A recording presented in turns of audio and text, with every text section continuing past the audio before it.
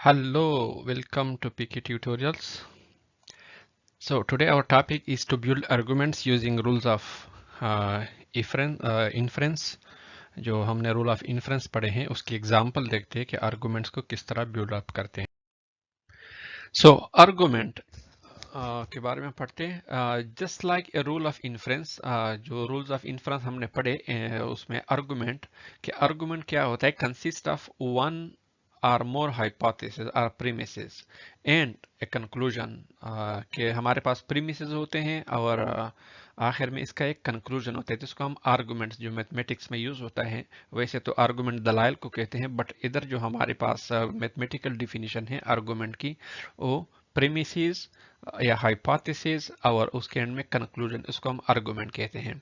Valid argument क्या होते हैं? An argument is valid if and only if it is impossible for all the premises to be true and the conclusion to be false. कि उसमें से कोई भी जो प्रीमिसेस है वो फॉल्स नहीं हो सकता है और कंक्लूजन भी फॉल्स नहीं हो सकता है, क्योंकि वो हमारे पास तब ही जो बन जाता है आर्गुमेंट कि उसके सारे प्रीमिसेस भी ट्रू हो और कंक्लूजन भी फॉल्स हो, तो कंक्लूजन भी ट्रू हो, तो उसको हम वैलिड कहते हैं. An argument is valid, just to simplify, if and only in every case where all the premises are true.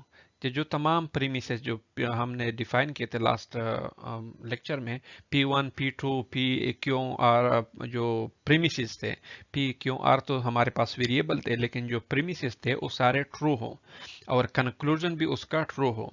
Otherwise the argument is invalid. अगर सारे ट्रू न हो तो जो आर्गुमेंट होता है हमारे पास उसको हम इनवैलिड कहते हैं, invalid argument. An argument is invalid if the conclusion is false. क्योंकि हमारे पास जो ट्रूथ टेबल था उसमें से हम सिर्फ क्रिटिकल वैल्यू लेते हैं, तो क्रिटिकल वैल्यू में जो ट्रू आते हैं तो प्रीमिसेस हमारे पास ट्रू आते हैं. लेकिन अगर हमारे पास प्रीमिसेस सारे ट्रू हो और जो कंक्लूजन है लास्ट में जो हमने होता है वो हमारे पास फॉल्स हो, तो इसको हम इनवैलिड आर्गुमेंट कहते हैं. और इनवैलिड आर्गुमेंट का जो दूसरा नाम है फालेसी, तो उसको हम फालेसी के नाम से पुकारते हैं. सो एग्जाम्पल देखते हैं बुक में पेज नंबर 76 पर. State which rule of inference is used in the argument. ये नीचे हमारे पास एक आर्गुमेंट दिया गया है कि रूल ऑफ इन्फ्रेंस को यूज करते हुए इसको शो करे या स्टेट. ठीक है. If it rains today, then we will not have a barbecue today.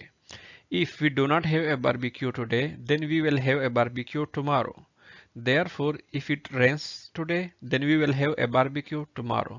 अब ये एक आर्गुमेंट दिया गया, उसमें प्रेमिसेस हैं, तो इस प्रेमिसेस को हमने इससे निकालना है, इसको हम वेरिएबल असाइन करते हैं, फर्स्ट सपोज करते हैं और फिर देखते हैं कि ये रूल्स ऑफ इन्फ्रेंस के थ्रू ये ठीक है या नहीं है, इसको हमने शो करना है.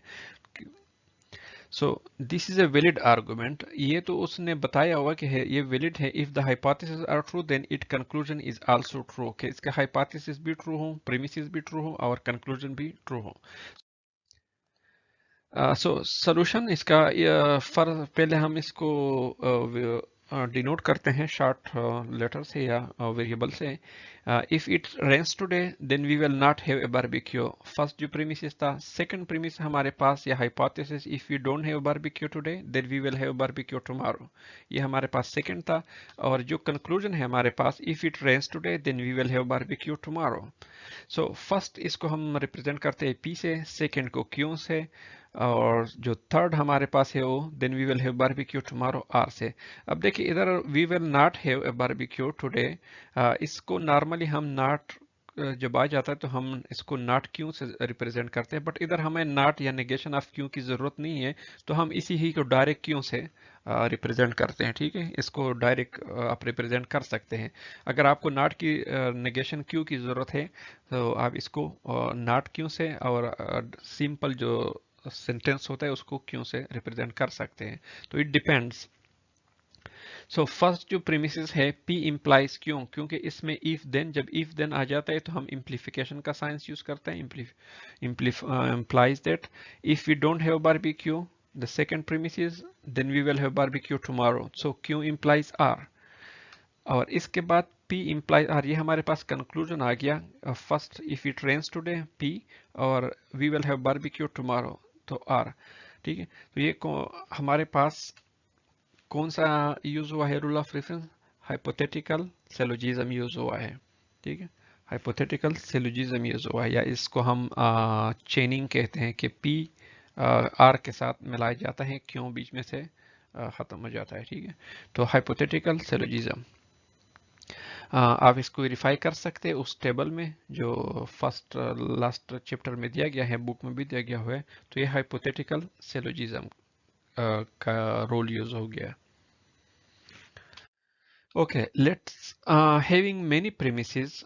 अगर जब हम आर्गुमेंट को किस तरह बिल्ड करते हैं, अगर हमारे पास बहुत प्रीमिसेस हो, so several rules of inference are needed to show that an argument is valid. तो उस आर्गुमेंट को प्रूव करने के लिए कि ये वैलिड है या नहीं है, बहुत सारे रूल्स ऑफ इन्फ्रेंस हमें ज़रूरत होती है उसको प्रूव करने के लिए. ठीक है. सो लेट्स एग्जांपल देखते हैं. बुक में एग्जांपल 6 है, बुक के पेज नंबर 77 पे. Show that the premises, ये हमें premises दिए गए. It is not sunny after this afternoon and it is colder than yesterday. ये एक premises दिया गया. इसके बाद दूसरा है, we will go swimming only if it is sunny. इसके बाद तीसरा है, if we do not go swimming then we will take a canoe trip. And जो conclusion है, if we take a canoe trip then we will be home by sunset. Lead to, ये चार premises है हमारे पास. ठीक है. Led to the conclusion. अब ये हमारे पास जो लास्ट में है, ये हमारे पास क्या है? ये हमारे पास कंक्लूजन है, we will be home by sunset. So first हम कहते हैं कि आर्गुमेंट जो बिल्ड करते हैं इसमें, फिर इसको हम चेक करते हैं कि ये वैलिड है या नहीं है. ठीक है. सो लेट्स P फर्स्ट जो हमारा प्रीमिसेस है, जो सेंटेंस है, उसको हम it is sunny this afternoon, इसको हम इससे रिप्रेजेंट करते हैं P से. Second, it is colder, second part है जो फर्स्ट प्रीमिस का, क्यों it is colder than yesterday. Third जो है उसको हम R से रिप्रेजेंट करते हैं, वी विल गो स्विमिंग. चौथा जो है इसको हम S से represent, we will take a canoe trip. और जो लास्ट कंक्लूजन वाला है हमारे पास, we will be home by sunset. तो ये 5 हमारे पास वेरिएबल आ गए. अब देखते हैं इसको next. So suppose it is not sunny this afternoon and it is colder than yesterday. ये हमारे पास अब एक प्रीमिसेस आ गया पूरा. इसको हम P1 से डिनोट करते हैं. So second premises, we will go swimming if it is sunny. Third हमारे पास आ गया, if we do not go swimming then we will take a canoe trip. और फोर्थ हमारे पास आ गया, if we take a canoe trip then we will be home by sunset. ये चार हमारे पास प्रीमिसेस आ गए. और जो कंक्लूजन है हमारे पास, we will be home by sunset.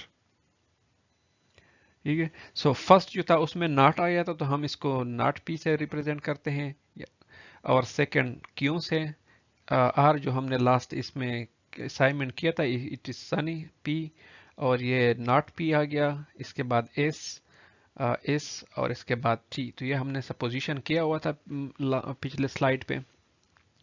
सो जो हमारा प्रीमिसेस है वो है नॉट P एंड क्यों. इसके बाद R implies that P. अब ठीक है. इसके बाद आता है नॉट R implies S और S implies T. तो जो कंक्लूजन है, we will be home by sunset, simple variable है हमारे पास T. ठीक है. तो अब इसको वेरीफाई करते हैं कि आर्गुमेंट जो हमारे पास आ गए, ये हमारे पास आर्गुमेंट आ गए जिसमें प्रीमिसेस है. आर्गुमेंट की डिफिनीशन हमने पढ़ा था कि आर्गुमेंट्स में प्रीमिसेस होते हैं या हाइपोथेसिस होते हैं और कंक्लूजन होता है. तो ये हमारे पास आर्गुमेंट्स बन गए. ठीक है. तो आर्गुमेंट बनाने के बाद हम इसको वेरीफाई करते हैं. फर्स्ट स्टेप में हम लेते हैं जो फर्स्ट हमारे प्रीमिसेस है, नॉट P एंड क्यों. ये हमारे पास प्रीमिसेस आ गया. इसके हम इधर डिटेल से लिखते हैं स्टेप वाइज. अच्छा, सेकंड स्टेप में हम अब इसको सिंप्लीफाई करते हैं. जो सिंप्लीफिकेशन रूल था जो हमने लास्ट लेक्चर में पढ़ा था, उसके थ्रू हम इस प्रीमिसेस को नॉट P एंड क्यों को हम सिंप्लीफाई कर सकते हैं नॉट P में. इसके बाद जो सेकंड प्रीमिसेस है हमारे पास स्टेप 3 में, R implies P. इसको हम मोडस टॉलेंस यूजिंग 2 and 3, ये जो 2 and 3 है इस पर अगर हम मॉडस टॉलेंस अप्लाई करें तो हमारे पास इसका रिजल्ट नॉट आर आता है इन दोनों का। तो उस टेबल से देखिए मॉडस टॉलेंस का और इसको अहस करें कि हमारे पास नॉट आर आता है। इसके बाद जो हमारे पास थर्ड प्रीमिसिस है नॉट आर इम्प्लाइज एस। तो 4 और 5 ये जो स्टेप 4 के हैं और स्टेप 5 के इस पर मोडस पोनेंस जो पोनेंस का रूल था उसको अप्लाई करते हुए हमारे पास एस आ जाता है। तो ये रूल आपने यूज करनी जिस तरह हमने अभी पढ़ा कि कोई भी जो आर्गुमेंट हम बनाते हैं तो या वेरीफाई करते हैं कि ये वैलिड है कि नहीं है, तो उसके लिए हम रूल ऑफ इन्फ्रेंस जो 8 रूल है उसको हम यूज करेंगे सारे। तो ये एस है बन गया मोडस पोनेंस रूल यूज करते हुए।